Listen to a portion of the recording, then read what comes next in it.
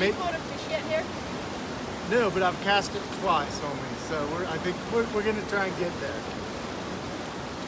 I mean, you might fish all day and never catch a fish, but that's not what it's about. Well, why don't they just call it like string throwing? It's kind of what it really is.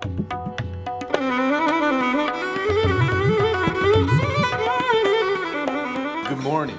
We are starting the rest of our journey into India. We're going to be leaving the Kullu Valley soon. So I feel like a new woman today because I learned how to ride a motorcycle yesterday. Accomplished. That said, I don't think I want to get on one for a while because I feel like I'd be tempting fate. I got through like crazy Indian mountains and like cows and buses and donkeys, and I survived. I feel like that should be as far as the motorcycle experience should go. Yeah, you'll get back to Australia or Seattle, and you'll just be on like an open road with no cars, no animals, and somehow you'll mess up the bike. Yes, that's what's gonna happen. So I can only ride motorcycles in extreme scenarios. And even then, it's a little questionable. So for all you women out there, riding a motorcycle in India is almost as good as sex. I didn't say that. You said you felt like a new woman. Yeah, well, after yesterday. Yeah. That is a classic movie statement. Women don't really feel that way after sex for the first time. That's you putting your male spin on a situation that you shouldn't. Correct.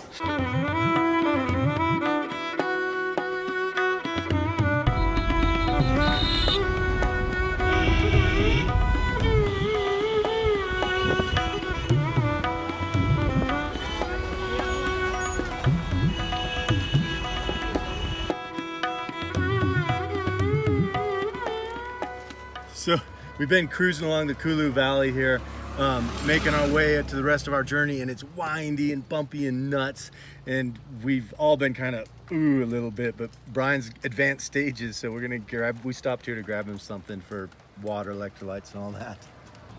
Yeah, no, I've been holding back throw up for about a half hour. I think it started with dehydration this morning. Something a little more than just water will probably help calm my stomach a little bit. I got like a massive headache, so the roads probably don't help.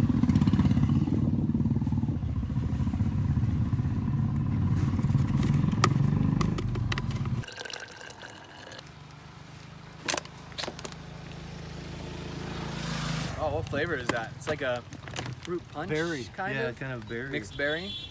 Yeah. It's good stuff. All right. But yeah, I think we get back on the road, see what happens, and do some fly fishing in like 5 hours. So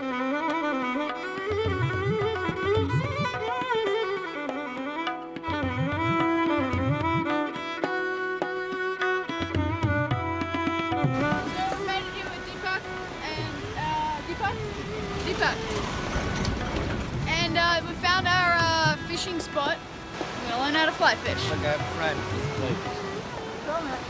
Brian's picking up insects already.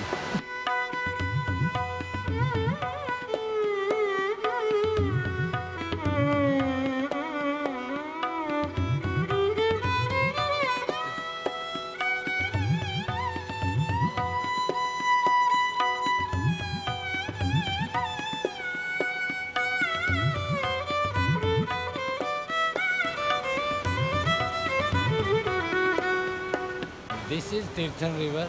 Its best spot is brown trout fishing there. Is a fishing catch and luck then. Starting the first cast, I got fish. Yeah. Okay. Can I try the first cast? Yeah. All right, Erik, the only one in the group that can fish, fly fish. First cast into what's the name of the river? Tirthan. Tirthan? Tirthan River. First cast in the Tirthan River in India, and I feel like you're not pronouncing it the way I am obviously not. In HP, and we're gonna give this a little bit of a go. So, up here? Yeah.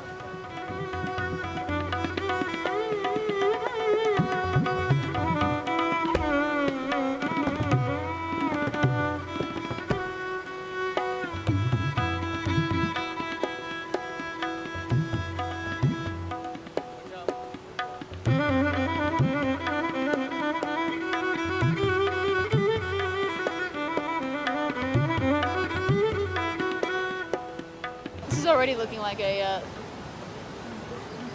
I don't want to say a ridiculous spot, but not one that's suited to me. Nor me. There's a lot of action for not a lot of action. Yeah. Like he hasn't got a fish yet. It's one of those things where you'll go fly fishing for hours and not catch anything. It's like a zen thing maybe, like Right. practicing patience, which, you know, that's the one tattoo I'll never get, patience. That Right. just, No, that's not me. I mean, for me, fishing represents early mornings with my father, who never bought any snacks for us kids, and we just sat in the tinny reed boat, and I was gonna ask what a tinny was. yeah, Tin boat. Yeah. I don't really have any fishing like memories, like maybe fishing in the Gulf of Mexico with my grandpa. But we're gonna give it a go. So Erik, I'll try it. I'll try it. Of course, we're always gonna give it a go. I mean, I've never fly This- fished, this so is- if I'm gonna fly fish, it's gonna be in India. Right. What we're gonna do is we're gonna fish this rock here. Behind the rock there's an eddy, this pool, and usually the brown trout will sit in there their whole life and just eat everything that comes by. So we're gonna try and put the fly right behind the rock and then let it float like an insect would, and they'll follow it out of the hole sometimes and nail it. And so that's essentially fly fishing. So this orange bit is heavy, and it has the momentum as you move back and forth to get it out there. So it gets heavy and slings back and forth, and you let more and more of it out, and you keep it in there. You can't break your wrist or you'll hit the ground back and forth.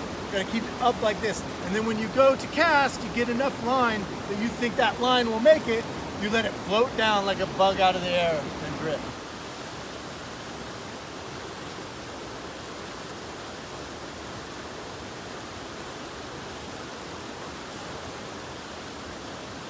What? You recording? Small one. Say it again. I got one. Small one. Tiny. Bring it in. No, I am. You gotta bring it in slowly. You can't yank it out of its mouth.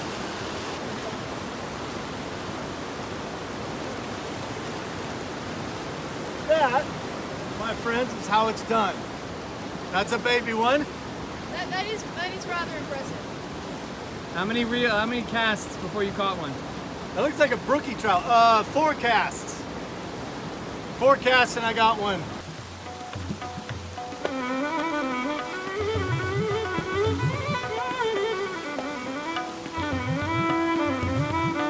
So she's doing pretty good. She's got to work on the 11-2, 11-2, but we're going to come up here closer to the hole and have her cast right against the rock so it hits the rock and drops in the water like a bug would, and see if we can get some. We haven't quite got the fly up in the nice eddy spot yet, so we're going to give it a go.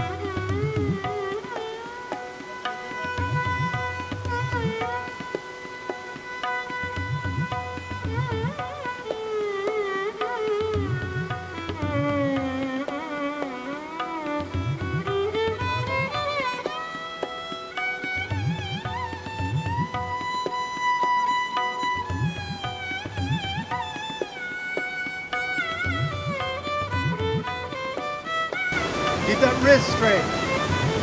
Move the elbow.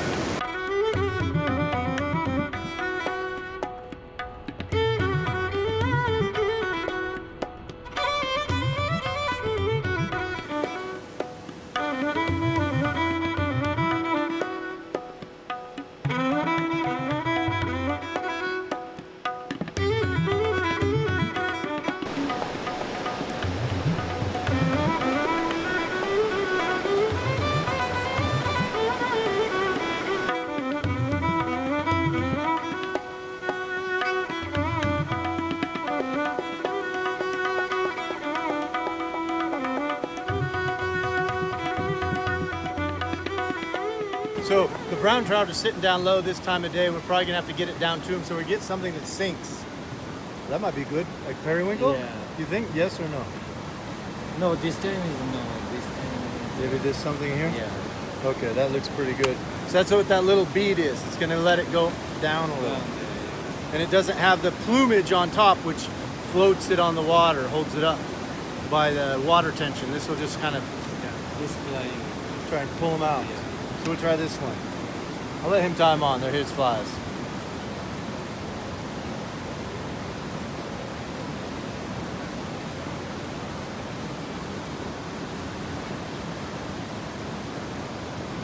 So you see what he did? He wound it up and he wetted it with his mouth so that when he tightened it, they ran past each other nice and smooth and tightened up good. His nose, his line is round. Yeah. Smoothly.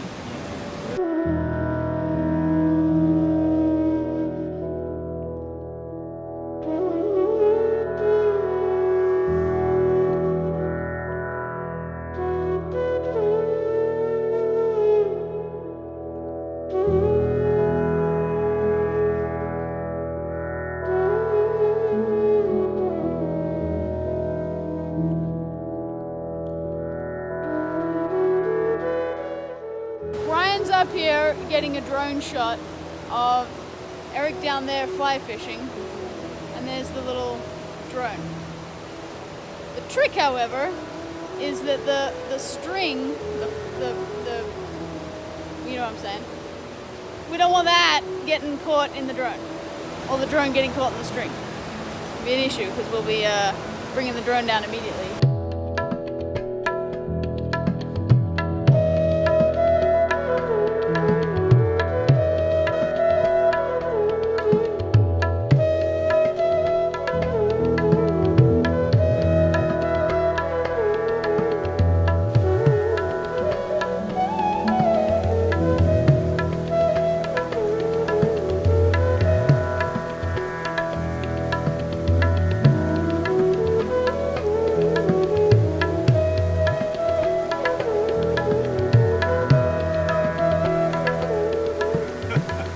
Got him. Nice little one.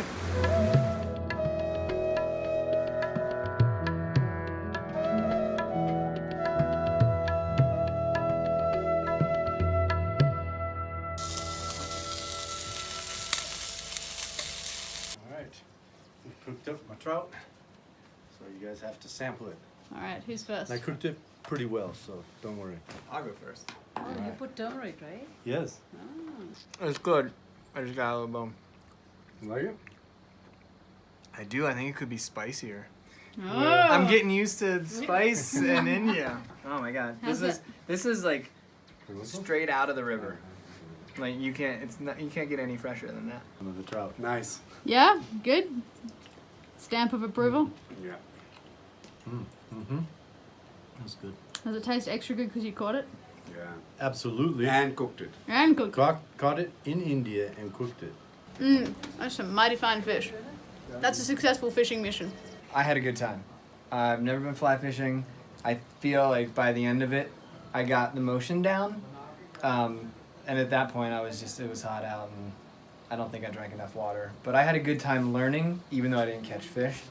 I don't know if I could do that for a week. I could do it for a day, maybe. And overall, it's nice to learn a new skill. I don't know if I have the patience to just continually, repetitively, try to get something you can't even see. To be honest, I'm surprised Erik digs it so much, because it's borderline mundane. But I did ask him about it, and he said there's a strategy in trying to outsmart the fish. You can't even see the bloody fish. I don't even know. It's like playing chess blind.